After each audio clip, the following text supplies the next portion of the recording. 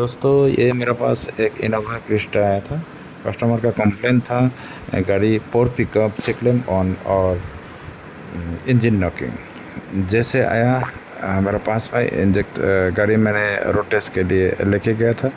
तो road test करने का समय में मिला इनका पिकअप नहीं है, 70 का ऊपर में भागता नहीं है गाड़ी। और जैसे इंजेक्टर एक कोई काम नहीं कर रहा है। तो गाड़ी आया, बोनेट खोल के देखा कि इसका वायरिंग हार्नेस कटा हुआ है इंजेक्टर का।